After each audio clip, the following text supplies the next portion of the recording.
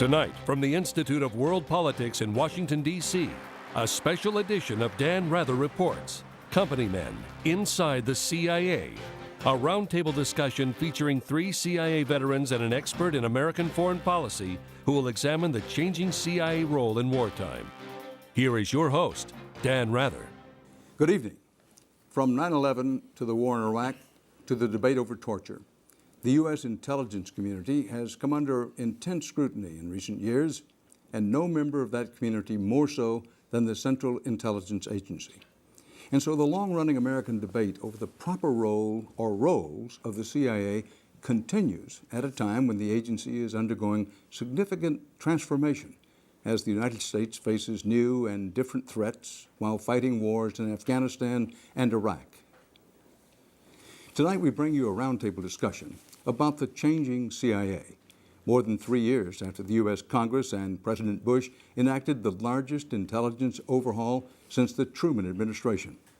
Our panelists have between them many decades of real-world intelligence and foreign policy experience, and they'll take us inside the ways the agency is planning for the challenges of the information age and lend insight on the role this civilian agency plays in wartime as U.S. intelligence becomes increasingly the province of the military. The Central Intelligence Agency, with its history spanning over 60 years, remains the most enigmatic of institutions in our modern government. Since its origin in 1947 under the vision of President Harry Truman, it has been headed by some 19 different directors. It's been at the forefront of every major American foreign policy and conflict decision. Its failures are almost always publicized, its successes almost never. Like with the CIA-backed war in Afghanistan against the Soviet Union in 1989 and against the Taliban in 2001. It was the CIA's paramilitary officers who were first on the ground after September 11th and the first to suffer a casualty. Under the sweeping 2004 post-9/11 reorganization, the agency is now officially under a new umbrella, one headed by the new Office of Director of National Intelligence under current Director Admiral Mike McConnell. That's an office that's now staffed by an estimated 1,500. With 80% of the overall intelligence budget controlled by the Pentagon, the CIA is an agency that has historically had a great deal of responsibility, but not always the authority to go with it. To give you a privileged view inside the rarely revealed CIA, we are about to engage in an intimate conversation among insiders with a unique, sharp, and highly personal perspective of these critical issues.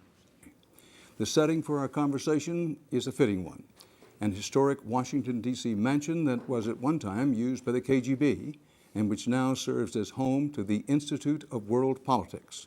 That's a unique graduate school dedicated to a strategic vision of statecraft, one that seeks a true integration of tools such as diplomacy, military force, and, yes, intelligence.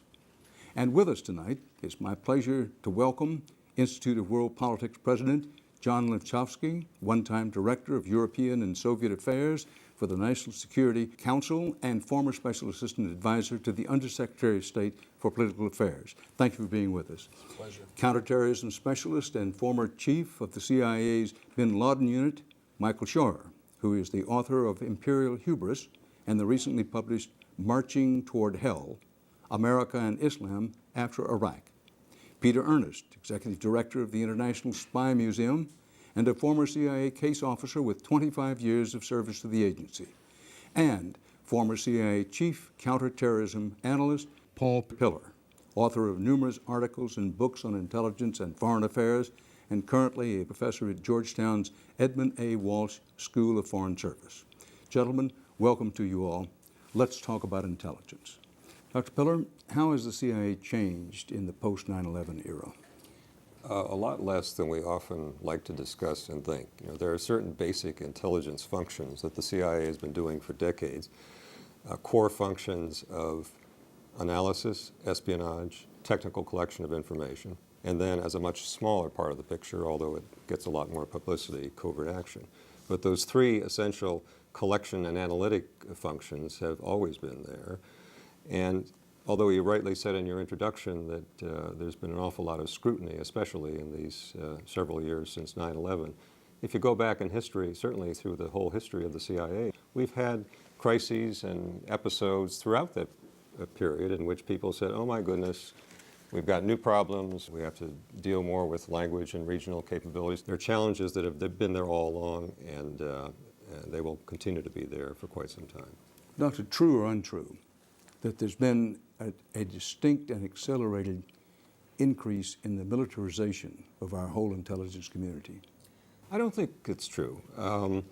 We've had a continuing organizational issue, which was not changed by the reorganization legislation of December 2004, in which the largest portion of the U.S. foreign intelligence community comes under the Department of Defense. CIA, in terms of budgets, in terms of people, we have to remember, is the smaller part of it. You have several other agencies that are military or are controlled by the Department of Defense. And when that legislation was being enacted by Congress, the Department of Defense had its friends on the Hill who made sure that that basic arrangement was not going to change.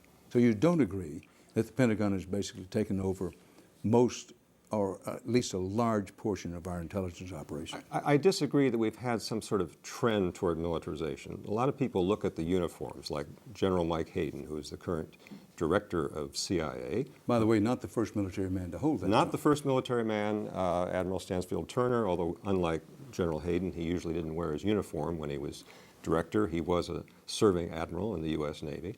But we're talking with people like General Hayden. Although he wears his blue uniform very proudly as an Air Force officer, he is a career intelligence officer who by training and temperament is at least as much that as a military officer. So we shouldn't look at the backgrounds of him or someone like Mike McConnell, who is a retired naval officer, and say, oh, the military is taking over. I think that's overstated. Dr. Shore, help us understand the organizational chart. Pretend for a moment, well, have to be, let's pretend a moment I'm the president. When I get to my office in the morning, whose report do I look at? If the president has a good head on his shoulders, he looks at the information from the Central Intelligence Agency first. We have been the best at what we do in terms of analysis and in terms of covert action. I think there's a bunch of people that come in second, Mr. Rather, but I think if the president is wise, he looks at the information from the agency. And on the organizational chart, you have the president who's commander-in-chief. You have the National Security Council that's in the White House. Do or do not I consider them part of the intelligence operation? I think you have to consider them as part, even if not de jure, de facto they are. The whims of the National Security Council certainly impact the way the agency operates. And it also shapes the nature of the intelligence that goes into the president. Not only shapes, but filters. It's perhaps not a particularly useful part of the intelligence community, but it certainly is an integral part of it. May I? Surely. Make an observation? Absolutely. Since I may be the only consumer of intelligence who has been here, having been in policymaking positions, but I came to recognize in my position in the NSC that there is an essential role of policymakers in the intelligence process. And most policymakers don't know that, and most people in the intelligence community don't particularly like it. But it is an essential role because it is policymakers who establish the priorities of what should be collected and analyzed. Too many policymakers go into office thinking that intelligence is a big black box with the truth in it, and all they have to do is say, open sesame, and it doesn't work that way. There are limited numbers of people, of analysts, of collectors, and it is policy that establishes the priorities, like it or not. And it is the responsibility of policymakers to do their due diligence on all of this and to work closely and collegially with people in the intelligence community to ensure that it is a proper partnership. So I would say most emphatically the NSC and the senior decision and the senior people in the State Department, as well as the Pentagon, are an integral part of the intelligence community. Mr. Ernest, only man at the table besides myself who's not a doctor, so Mr. Ernest. We all know, having worked and lived in Washington, that in Washington, proximity is power. The National Security Council, the NSC, as I said, is in the White House. The CIA is in Langley, Virginia. The Defense Department is across the river in the Pentagon. Does or does not that give the NSC more power than anybody else in intelligence? It's interesting to look at the map that way. I was at one time chief of our Senate staff dealing with the oversight committees and the members. Remember, I'm a case officer, so this is sort of putting a grunt, as it were, into dealing with that. Well, that's the reason I've called on you. Okay. And I spent probably at least 2 or 3, if not 4 times every day driving back and forth to the Hill. Drove me nuts. And we finally got pagers one day. It was a big breakthrough, and I thought, this is terrible. I'm going to be at the end of the leash. And I found that it was very relieving because I didn't have to phone anybody until I heard from the pager.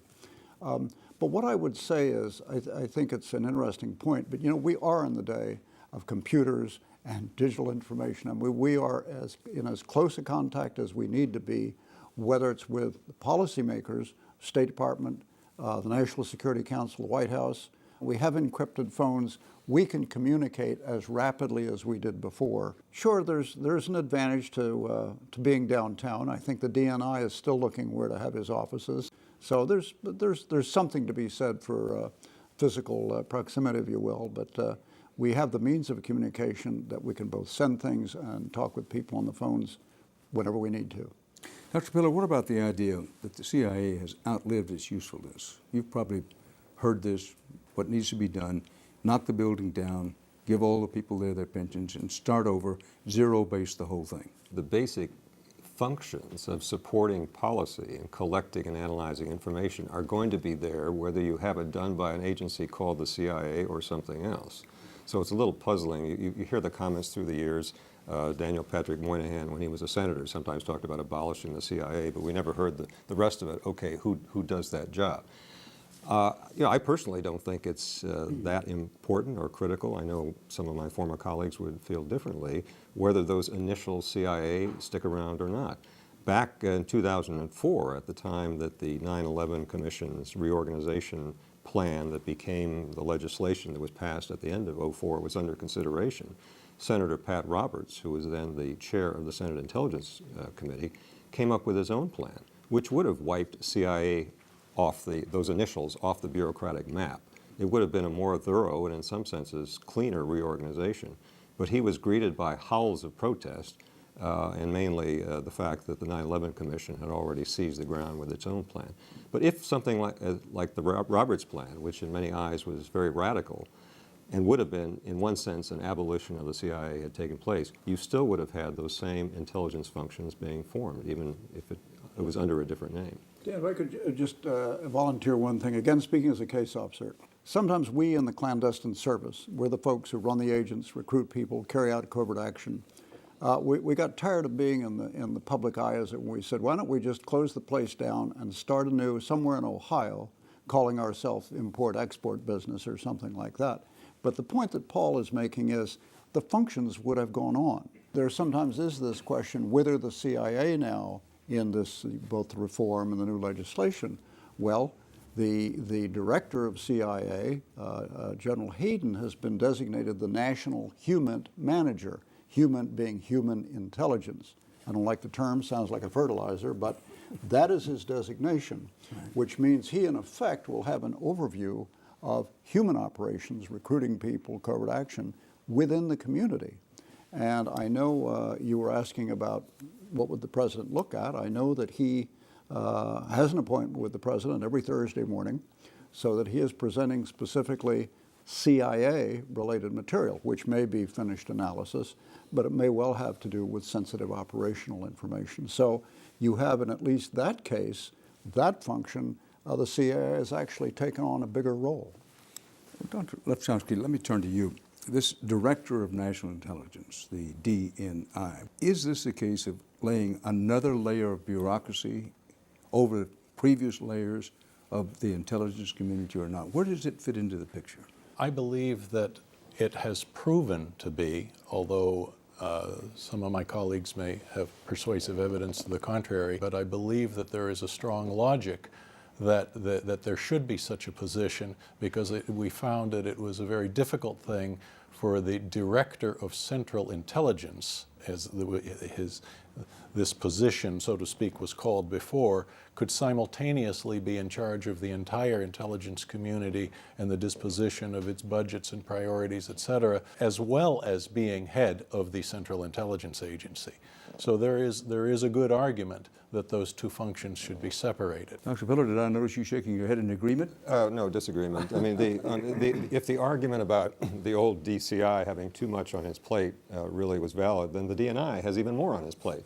And the president has still more. He's the head of the whole government. The DCI being? The Director of Central Intelligence. Right. These people delegate, just like the president delegates. The DCI, the old person, he had, in fact, two people under him who had the title of Deputy Director of Central Intelligence, one who focused more on CIA, one who focused on the community, and then there was an Executive Director of CIA who did the day-to-day business. So I don't think there's really any change or improvement there. And by the way, the DNI, the job that was created a little over 3 years ago, he has a couple of important functions according to the legislation. One is the one that Peter mentioned of managing the whole community. The other is another function the DCI had as the principal intelligence advisor to the president. Now, there has been a lot of that talk about the bureaucracy that has been built up in the office of DNI. Well, given the functions he's expected to perform, I think some of the criticism that was directed first against Ambassador John Negroponte, who was the first DNI, and now against Admiral McConnell, the second one, to the effect that they're just building up big bureaucracies, the answer to that is you need staffs to do their job. If Admiral McConnell is going to give that daily briefing to the president every morning, he needs a whole staff to put that together for him. And that seems to have been overlooked when the legislation was considered. I think, Mr. Rather, that what we have to cope with here is probably the worst reform, one of the worst reforms in American history. The reform of the intelligence community was as if, after Pearl Harbor, President Roosevelt and General Marshall called in several of the parents of sailors who were killed there and said, you know, we have this problem with Imperial Japan. How should we structure this war effort? And basically, the Congress never read the Intelligence Reform Act.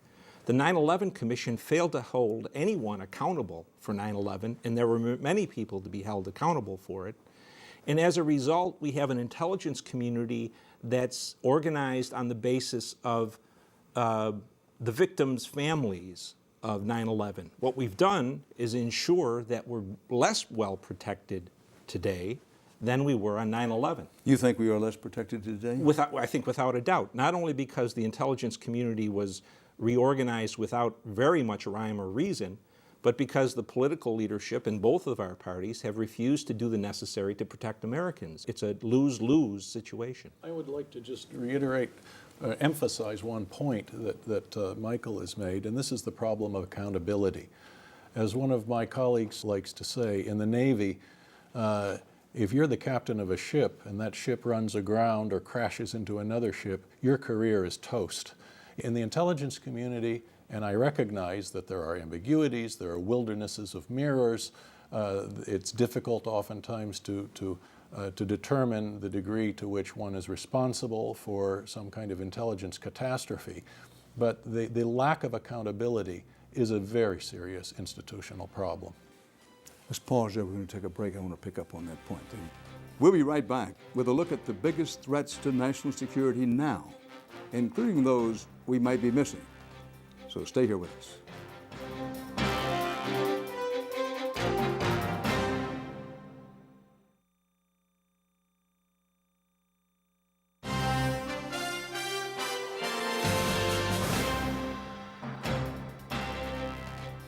We welcome you back to the Institute of World Politics in Washington, D.C.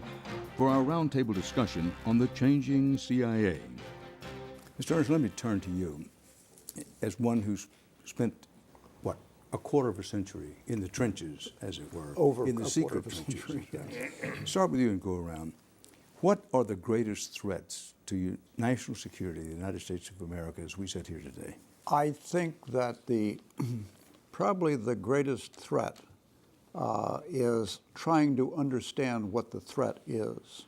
The degree to which we as a country and as a government, administration in this case, misunderstand the nature of events in foreign countries, misunderstand the nature of the terrorist threat, Islamic fundamentalism. I think that there is still a great deal of confusion around that issue. If you understand the nature of the threat, then you configure yourself accordingly. I mean, that's Sun Tzu, isn't it? Know the enemy. And I mean, one of the greatest roles of intelligence is to help us as a nation, through our leaders, understand the enemy. That's our function. And I think that there is still a great deal of confusion around that. At least two of the folks here at the table have written on this subject, and we are now dealing both in Iraq and Afghanistan with some of what has resulted on those misunderstandings. Dr. Piller, in your judgment, what is the greatest threat to U.S. national security? Well, I'm going to follow in the same spirit as Peter's answer. The greatest threat is to think we know what all the threats are now, and not to be agile, and not to presume that by defining some litany of 1, 2, 3 things, terrorism, weapons of mass destruction, we've all heard the usual litany that does very legitimately concern us now. The biggest mistake would be to presume that those things are going to stay unchanged for years and years.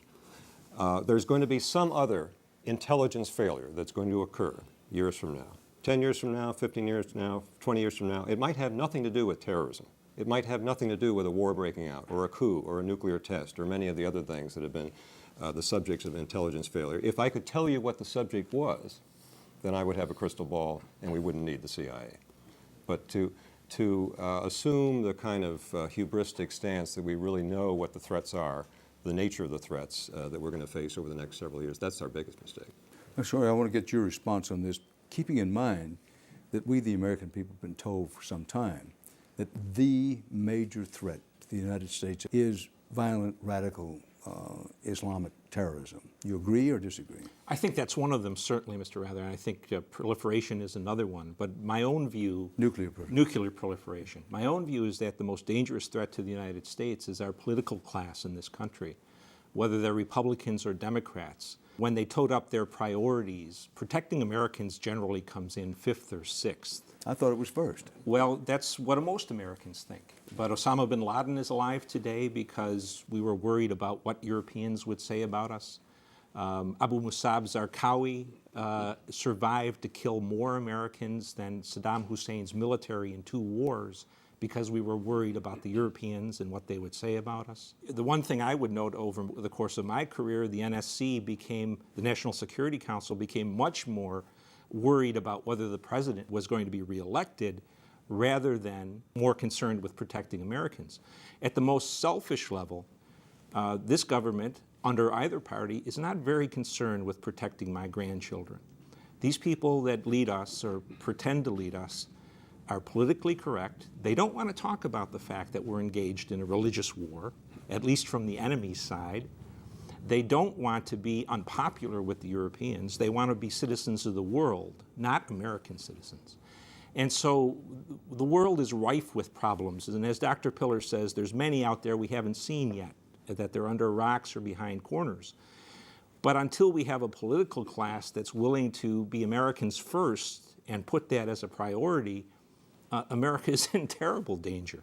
Doctor, we've talked about the war on terrorism, quote unquote. First of all, do you like that phrase, war on terrorism? No, because terrorism is a technique. It's not an actor in the international arena that may have intentions and purposes inimical to the United States. I believe we're dealing with, in that case, extremist Islamist terrorist movement. And I think the whole question of nuclear proliferation, it's a threat, but then again you have to look at who the agents are of this proliferation and into whose hands those nuclear weapons may go. And then I've heard no discussion as yet around the table concerning China. Exactly. China is the rising power in the world today. It has the biggest military buildup on the face of the earth today.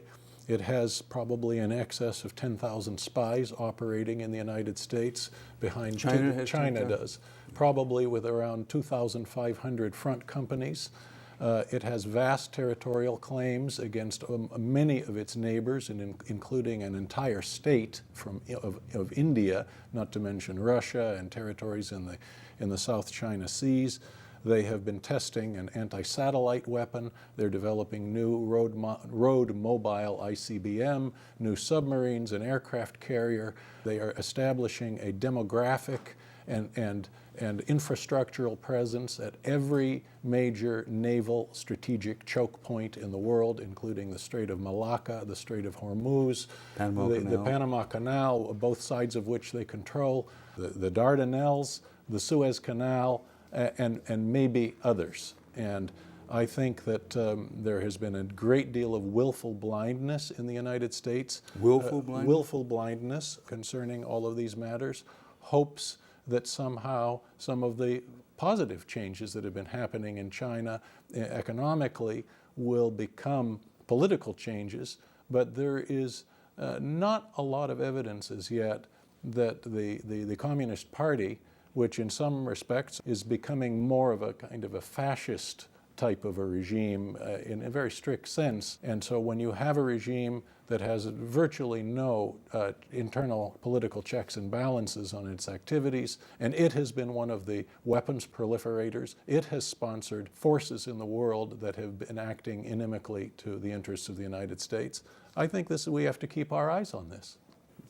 Dr. Spiller, chime in here, if you will. What about this argument that we're so focused on Iraq and Afghanistan under the umbrella of, quote, war on terrorism, that in terms of our intelligence and the intelligence community, that we have underestimated, underprioritized, if you will, the rising power of China, the reemergence of Russia, bidding to once again become a world power?